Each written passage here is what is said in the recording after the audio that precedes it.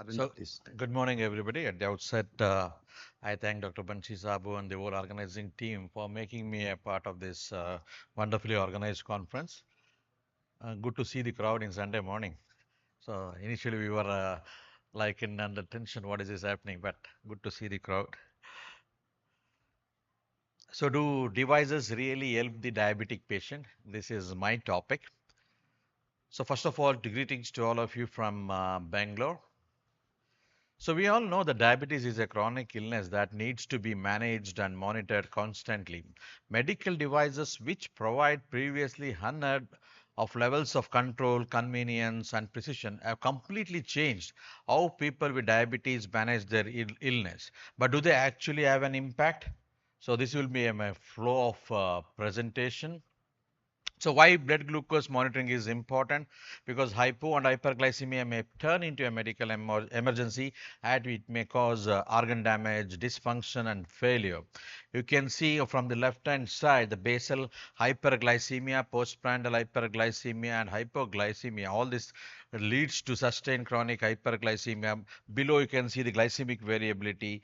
Then what are the mechanism? Ultimately the things leads to microangiopathy and macroangiopathy. So glucose monitoring empowers clinicians and patients to make after treatment diet, exercise and reduce complications. So diabetes is a disease of glucose level in numbers. What is the right number? It's always the patient wants to know. So the blood glucose fluctuates like 24 into 7 and 365 days and the whole life. I'm sure many numbers to keep a track and analysis. This is where the devices all come into picture. So we need to know view beyond HbA1c because HbA1c we all know is considered as the gold standard in diabetes management. However, the HbA1c provides only an approximate measure of glucose control.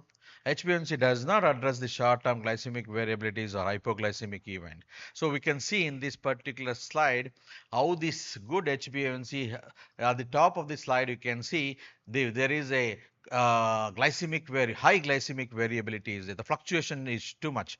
Like hypoglycemia is there, you can see marked in the red, and the yellow one is hyperglycemia. The same HbA1c in the lower aspect you can see there is low glycemic variability. So that is where the drawback of HbA1c comes into picture. So there are many phases of 7% A1C. You can see only HbA1c provides a 90-day average. Patient A, I got a HbA1c of 7, good control. The same patient, another patient, HbA1c equals to 7. You can see only 63% in range and 8% in hypoglycemia and 29% in hyperglycemia. On this patient C, you can see once again the range is in range is only 18% and hyperglycemia is 58% and hypoglycemia is 24%. So these are the differences you can face with the persons with the same HbA1c. So severe hypoglycemia is common among patients with diabetes across all levels of glycemic control. You can see in this slide behind every A1C there are so many moments, real life struggles and trims. So don't take those into granted. We are people first. We should remember that.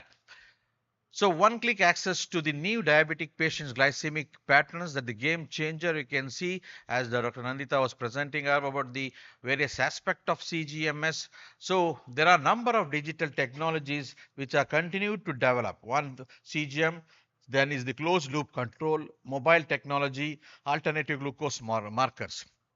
So the detection of glycemic pattern and the right action is the key for glycemic control. How digital technology contributing to the glucose monitoring? CGM, it provides a real-time glucose data enabling better insulin and therapy adjustments compared to the traditional SMBG. We have example of Dexcom G6, Freestyle Libre, Medtronic Guardian Connect. So it is another one is the closed loop control. It is called an artificial pancreas. It combines CGM with automated insulin delivery for a better glucose management.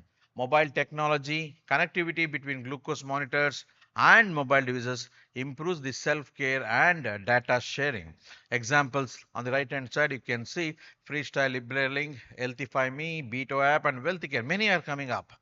So alternative glucose markers. So research is ongoing to explore other markers beyond the glucose for monitoring diabetes. We are always talking about HbA1c, we talk about fructosamine, C-peptide and ketone monitoring.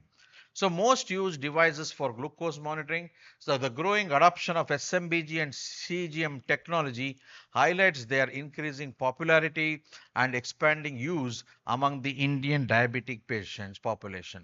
So CGMs, just now Dr. Nandita spoke about the CGM, and why it is important is every 10% increase in TIR, that is time in range. When you're doing the CGM, if there is a good amount of patients in TIR, that is time in range, you can see on the left hand side, there is a 6.4 reduced risk of carotid intima media thickness.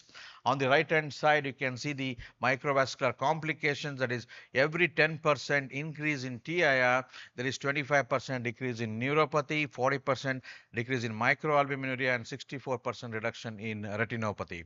So this is where the role of CGM comes, and the importance of patient keeping in TIR. So there are various landmark trials in CGM. You can see diamond trial, gold, impact, replace concept, and all this study have used CGM, and they emphasized it is a better tool than A1C in managing the diabetes mellitus.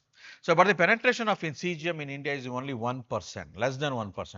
Only a few patients have access. That is there because we know the economy plays an important role in our country. So, everybody may not be accessible. Now the various companies are coming up with the free options are there. I do few companies give when there is a challenging patient, it's better to use those patients and get it done. So we know the exact pattern and we can educate the patient easily. Because most of the times you are half of the clinical practice is held up what to eat, what not to eat, and all those things happen. So when there is a heretic of hypo and hyperglycemia, you tell the patient you just apply this and see. Then you can say, so you eaten biryani, this is what happens. You have taken a beer, this is what happens. So that becomes an easy explanation for the patient so that they are aware. Next time they are not going to ask you because they have done the CGM on their own. So say SMBG, we all know what is the role of SMBG. So most of the patient, if given a chance in an ideal world, every patient should undergo CGMS. So at that time they know what are the things happening in their body. So there is always a comparison between SMBG and CGMS. So it depends upon the affordability and the convenience of the patient and the patient where you practice and what is the audience looking. We are looking at the mass thing. All these things you can decide whether you to use a CGMS or SMBG.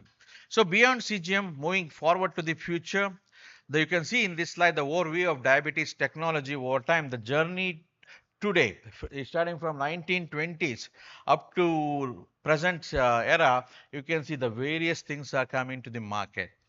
And next thing you can see the key advances in the field of electrochemical glucose biosensor over the past decade. You can see from starting from left hand side, you can see nanomaterial based, next paper based, implantable, wearable non-invasive, enzymatic, flash glucose monitoring. So there are so many things which are there in the pipeline or few are available with some drawbacks are there. So we need to use which is available and which has to be used in our clinical practice. Next is the telediabetology. I'm sure in Corona period, everybody used this telediabetology and still we are using in few patients where they are not able to come physically to meet you in the clinic. The telediabetology plays an important role. It helps in early detection and treatment of diabetes complication, provides individualized health information, enhances decision making in clinical management, increases awareness on diabetes through education, facilitates remote monitoring and information delivery, high availability of diabetes care facilities at doorstep, easy accessibility to diabetes care. So employment opportunity to local people as well. So loss of multi-drug compliance in the long term is one of the major reasons for the development of complications in diabetes. Virtual communications via telemedicine ensures compliance of drugs for not only treatment of glycemia but for also associated comorbidities. So these are the various clinically validated mobile apps. You can see nutritional app, physical activity apps, glucose monitoring apps, and insulin titration apps. So these are there are very useful apps. So I'm sure nowadays that in this digital era, which is rampantly going on in our country, we am sure most of the people when they use scanner, in a coconut vendor can use a scanner. When you educate, most of the people have Android phone at an affordable rate nowadays. These apps can be downloaded, and if their son or any grandson or anybody is there, it can be easily educated and they can use in a very good way. So the smart meters, that is resampling from the same strip, color coding, smaller and increasing accuracy, SMBG, digital log, integrated apps. So biosensing wearables, that is contact lenses that monitor glucose level, hearing devices to boost hearing, heart rate monitor patch, smart pills that monitor medication intake, behaviors and body responses, wristbands that monitors heartbeat, blood pressures and calories burned, insole sensor that measures weight bearing balance and temperature.